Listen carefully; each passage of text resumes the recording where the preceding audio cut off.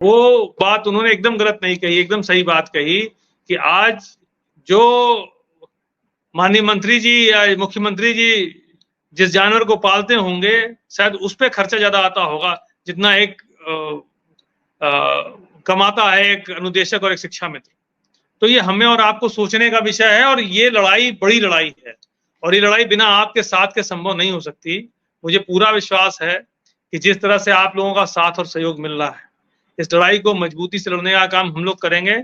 अब जब मौका मिलेगा, हर बार सड़क से लेकर सदन तक सरकार को इस मुद्दे पे घेरने का काम करेंगे, और आपको विश्वास दिलाते हैं समाजवादी पार्टी आपके सम्मान स्वाभिमान की इस लड़ाई में आपके साथ सड़क से लेकर सदन तक संघर्ष करने के लिए तैयार खड़ी है। आप जब जहां याद करेंगे तो आपका ये भाई समाजवादी पार्टी का एक कार्यकर्ता है, जहां बुलाएंगे वहां हम भी खड़े होंगे, हमारी पार्टी के हर नेता और कार्यकर्ता खड़े होंगे आपके साथ। तो आप सब लोगों ने इतना प्यार दिया, इतना सम्मान दिया, उसके लिए धन्यवाद। और भी जो सुझाव होंगे आपके, हो सकता है क्योंकि आज तो मौका नहीं मिला हम लोगों को बोलने का, समय नहीं दे रहे थे सभापति जी बोलने का, लेकिन जबरदस्ती वेल में जाना पड़ा, धरना देना पड़ा, तब जाके समय मिला हम लोगों को बोलने के लिए। तो अब मैं आपसे बस इतना ही कहूंगा कि आप लोगों के जो सुझाव हैं, बहुत सारी बातें ऐसी हैं जो नहीं आ पाई हमारे जानकारी में और नहीं हम कह पाए, तो उन सभी बातों को अगली बार हम समेट लेंगे। तो हमें आप लोगों के सुझाव की आवश्यकता है, आप लोगों के साथ की आवश्यकता है, आप लोगों के प्यार की आवश्यकता है। तो आप लोगों का सहयोग, प्यार और सहयोग निरंतर इस तरह मिलता रहे, ईश्वर से ही मेरी कामना है। और आपको फिर विश्वास दिलाते हैं कि आपकी लड़ाई में पूरी समाजवादी पार्टी और हम स्वयं आपके साथ कंधे से कंधा मिलाकर चलने के लिए तैयार खड़े थे, खड़े हैं और खड़े रहेंगे, जब तक आपको आपका हक और अधिकार नहीं दिला देंगे। तो हमारे नेता आदरणीय अखिलेश यादव जी ने भी मंचों से कहा, हमारे घोषणा पत्र में भी था कि हम पुरानी पेंशन बहाल करेंगे, हम शिक्षा मित्रों को नियमित करेंगे, हम उद्देश्यों को नियमित करेंगे। तो सारी बातें हमारे घोषणा पत्र में भी थी, लेकिन हमारी सरकार नहीं बन पाई। लेकिन ये मैं आपको विश्वास दिलाता हूँ, 27 में हमारी सरकार अगर बनेगी तो हम लोग मजबूती के साथ ये सारे वादे पूरे करेंगे। और उसके अलावा जब तक हमारी सरकार नहीं बन रही, तब तक इस सरकार से लड़ने का काम करेंगे।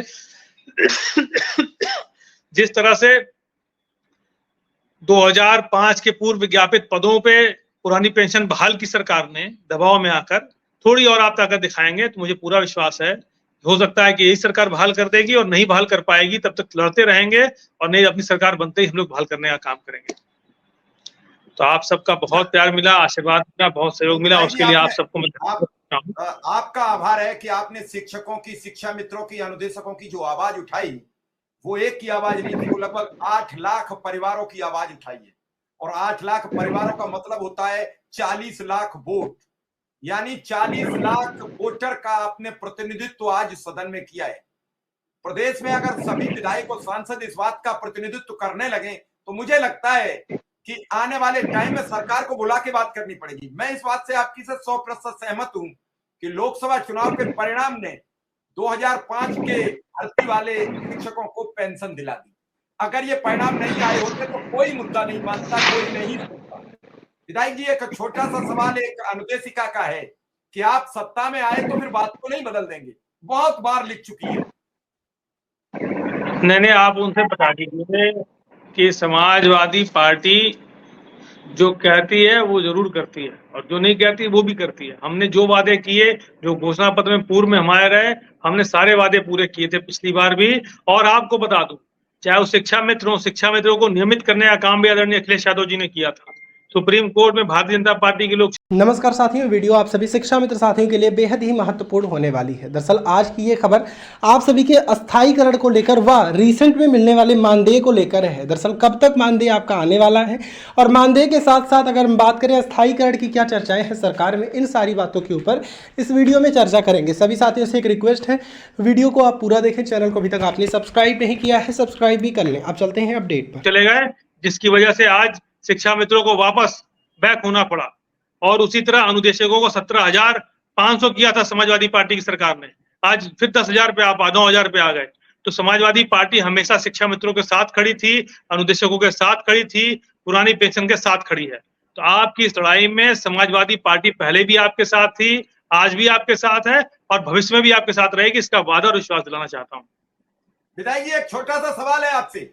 बेसिक शिक्षा मंत्री, चाहे आप सवाल करो या विधायक जी सवाल करें विधानसभा में या विधान परिषद में, एक जवाब देते हैं कि 3,500 का मानदेय हमने 10,000 कर दिया।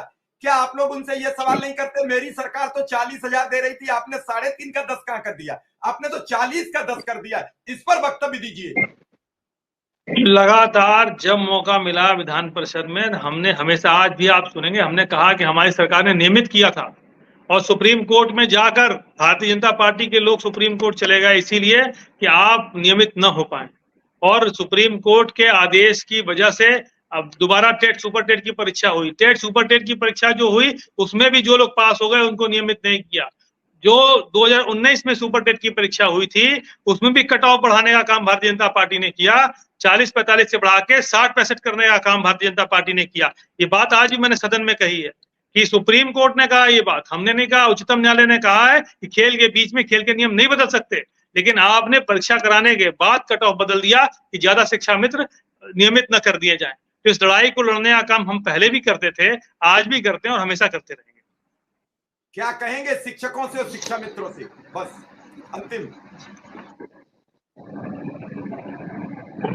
आवाज कट गई थी भाई, क्या करें? विधायक जी क्या कहेंगे शिक्षा मित्रों, शिक्षक नेता? हमारे साथ विनय सिंह जी हैं, मनोज राय जी हैं, विक्रम सिंह हैं, क्या कहेंगे नेताओं से? विनय जी, विक्रम जी, मनोज जी, मैं आप सबसे यही कहूंगा कि आपकी लड़ाई में समाजवादी पार्टी और आपका एक कार्यकर्ता आशुतोष सिन्हा आपके साथ खड़ा है।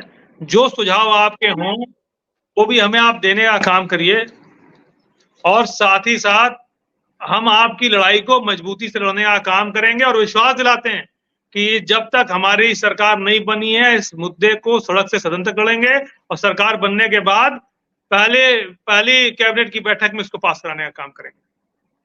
जी विनय सिंह जी, 30 सेकंड फिर विधायक जी को फ्री करें। पूरे दिन सदन में रहे, आज तो हाय अल्लाह करके तो मौका मिला बोलने कल की तैयारी करनी, कल की तैयारी करनी। बस 30 सेकंड सबको, ज्यादा लंबा मत खींचना कोई भी। हाँ, माननीय विधायक जी ने जो बात कही हम लोग पूरी तरह संतुष्ट हैं, और जैसा भी उन्होंने कहा उसकी पूरी बात उनकी हम लोग रखेंगे। जो भी समस्याएं अभी बची हुई है, जो आज चर्चा पर चर्चा नहीं हो पाई है, वो सारी बातें हम लोग अपनी तरफ से, संगठन की तरफ से लिख के माननीय विधायक जी को जरूर देंगे, उनसे मिल के देंगे। ये दिक्कतें अभी हैं, और निश्चित मानिए कि विधायक जी से यही हम आशा करते हैं कि आने वाले समय में भी हमारा ये सारी बातें सदन पर रखेंगे। मिश्रा जी। जी विक्रम सिंह जल्दी, लंबा मत खींचना।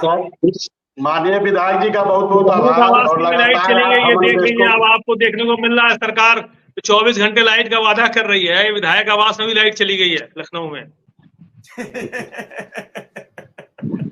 अब बिना लाइट के हैं वो मोबाइल भी डिस्चार्ज ही होने वाला है हमारा। चलिए विक्रम सिंह जल्दी बात पूरी करिए थोड़ा। हाँ जल्दी से भाई साहब। हाँ सर, एक हम लोग के प्रतिनिधिमंडल को सर मुलाकात करने के लिए समय आपको मिल जाती है? जब आप आदेश करेंगे हम मिलेंगे, और राष्ट्रीय अध्यक्ष जी से मिलवाने का काम भी करेंगे आपको। ठीक है, बहुत बहुत